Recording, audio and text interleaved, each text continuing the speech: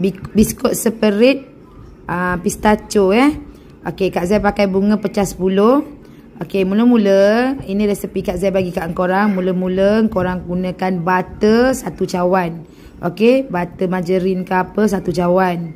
Okey, masuk 1 cawan. Gula asin 1 cawan. Okey, gula asin 1 cawan.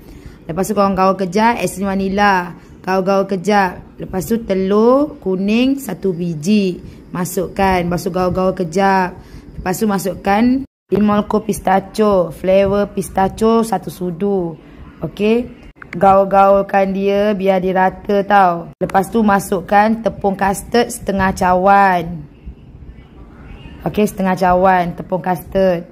Tepung jagung 1 cawan tau, tepung jagung 1 cawan. Okey, guna tepung jagung 1 cawan, okey. Tepung gandum korang guna 1 cawan 1 cawan setengah. Okey, tepung gandum 1 cawan setengah. Korang kacau-kacau juga tau nanti.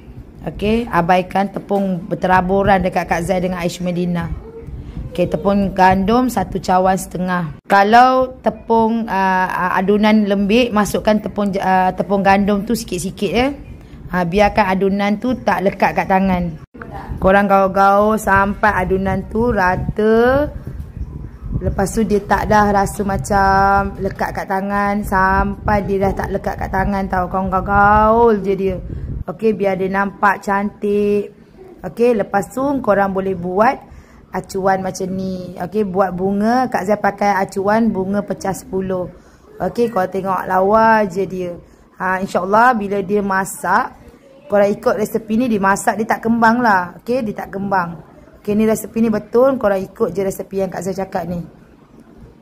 Tengok InsyaAllah bunga cantik je macam tu. Okey, yang ini separit pistachio nanti follow Kak Zai.